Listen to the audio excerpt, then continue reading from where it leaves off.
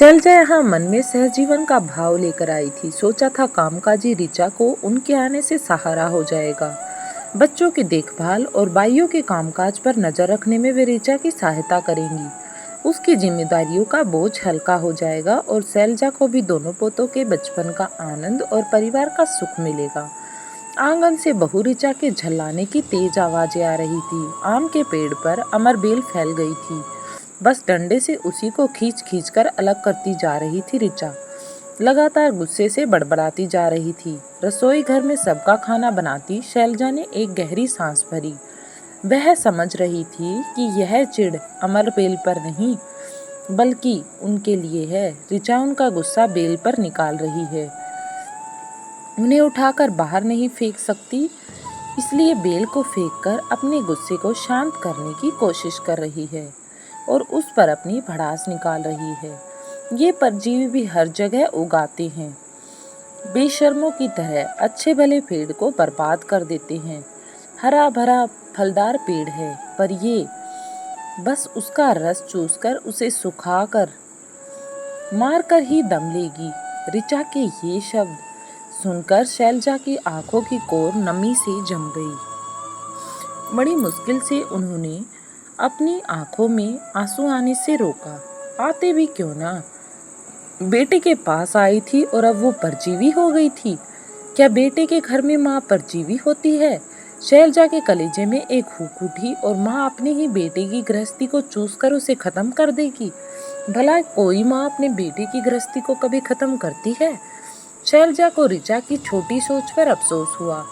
माँ अपनी छाती से लगाकर अपना दूध पिलाते हुए कभी भी अपने बच्चे को परजीवी नहीं कहती, लेकिन उसी बेटे के घर में अगर 2 रोटियां खा लें तो उसे परजीवी घर को बर्बाद करने वाला कहा जाता है।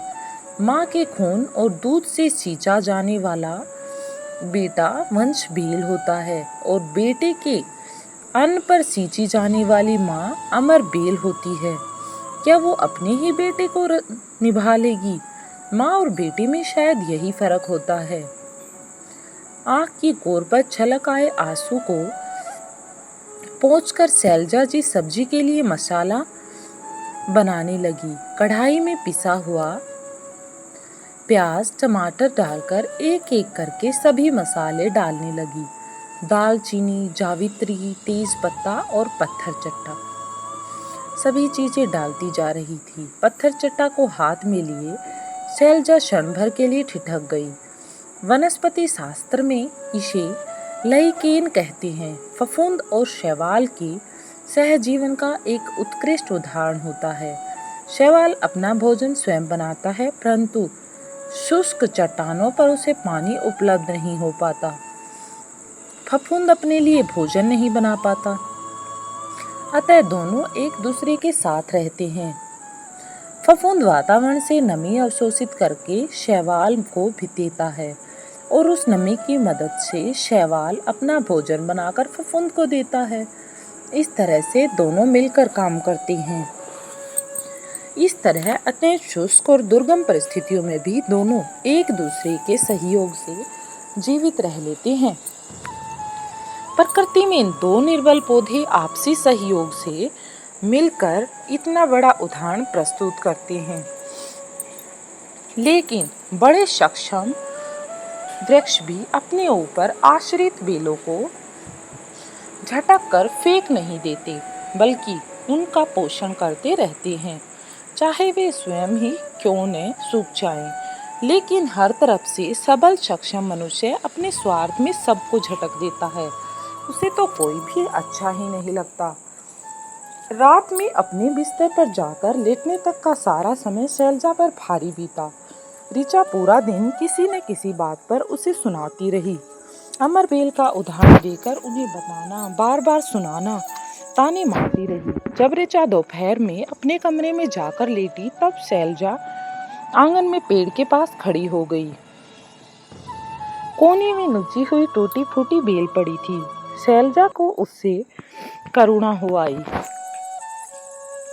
क्योंकि कहने को तो वो अमरबेल है, लेकिन परजीवी कहकर सबकी नफरत ही इसके हिस्से आती है, जैसे आजकल शैलजा के हिस्से आ रही थी।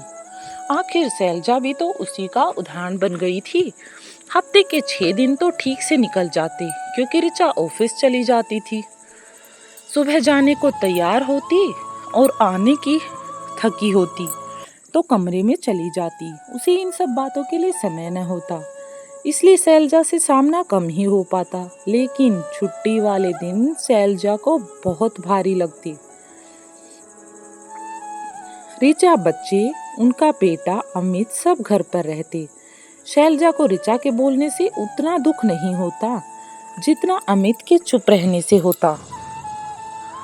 पराये का ताना उतना नहीं चुभता जितना पेट जाए का मौन। अमित की भी मानो इसमें पूरी सुई करती है और छुट्टी वाले दिन शैलजा को लगता कि वह बेटी बहू के ताने सुनने के लिए ही आई है।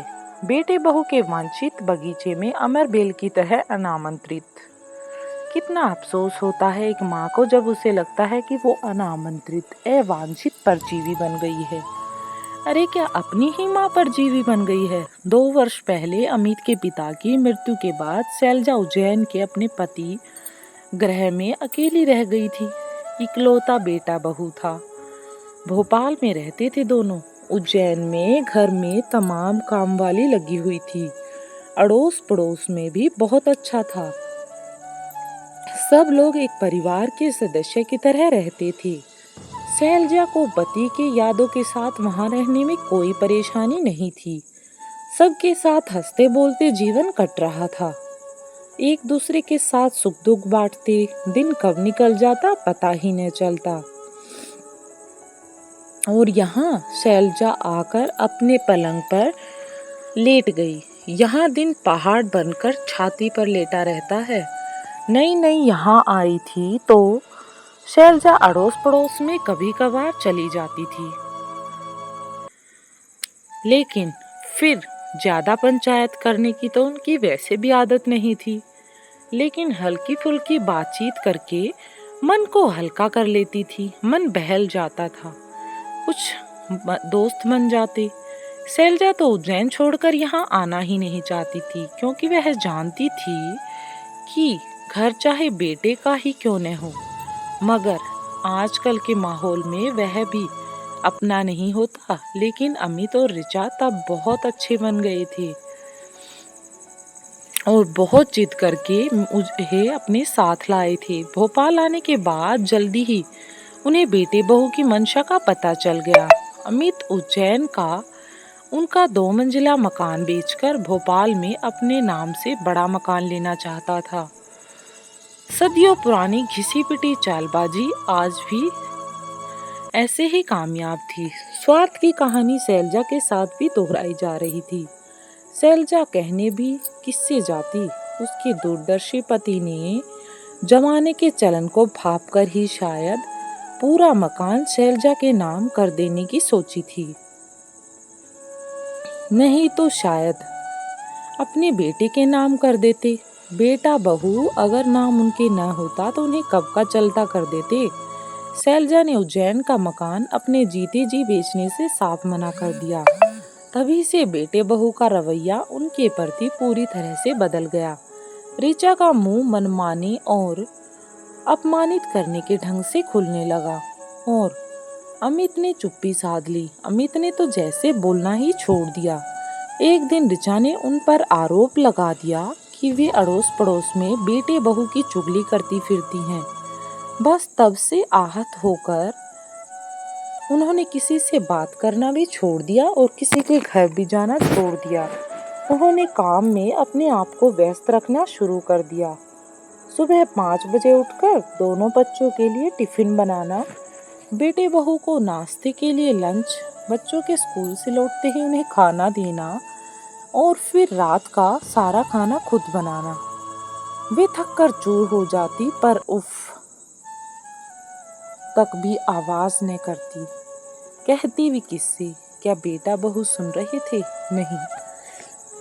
शैलजा यहाँ मन में सहजीवन का भाव लेकर आई थी। सोचा था कामकाजी ऋचा को उनके आने का सहारा हो जाएगा।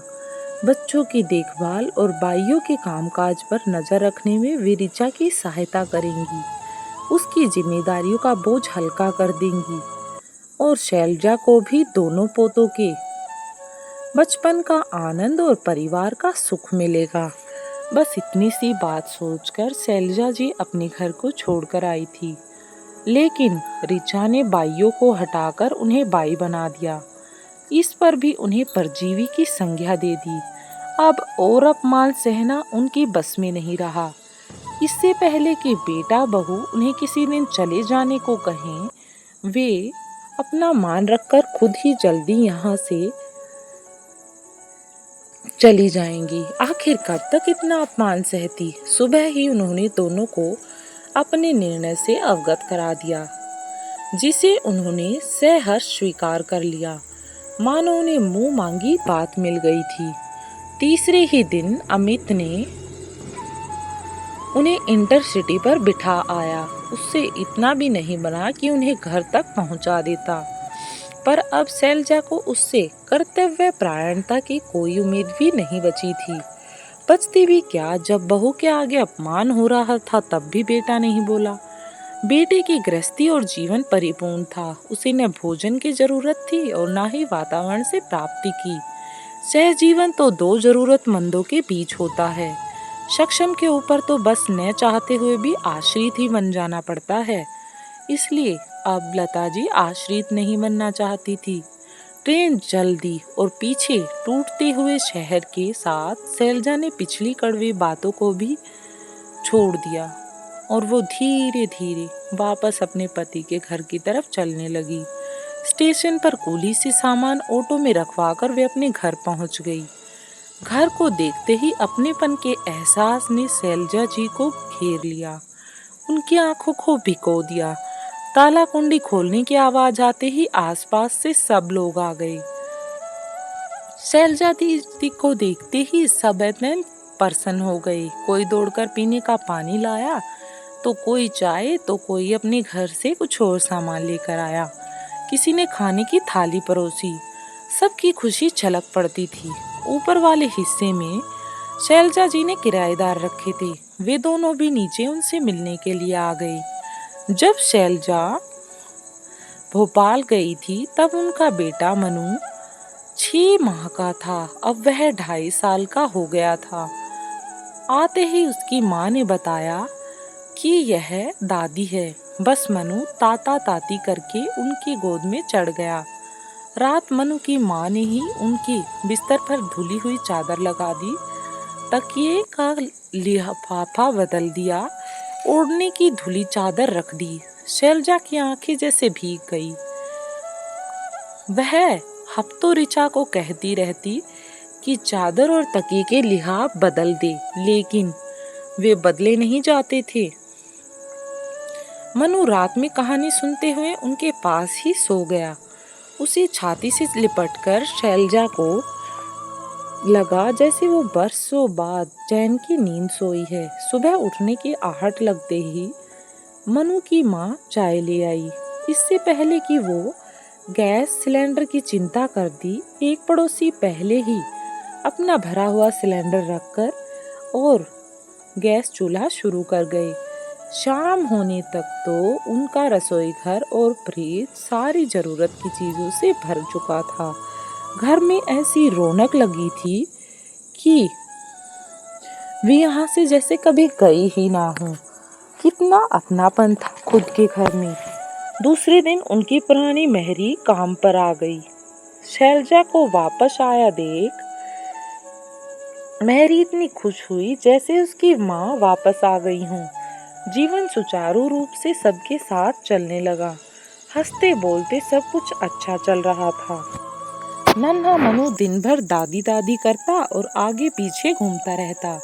उसकी माँ और पिता भी बेटे बहू जैसा आदर देते शैलजा जी को। मनु की माँ तो उनके आने से बहुत ज्यादा खुश थी, क्योंकि मनु की देखभाल अब परिपक्व व अनुभवी हाथों में हो रही थी।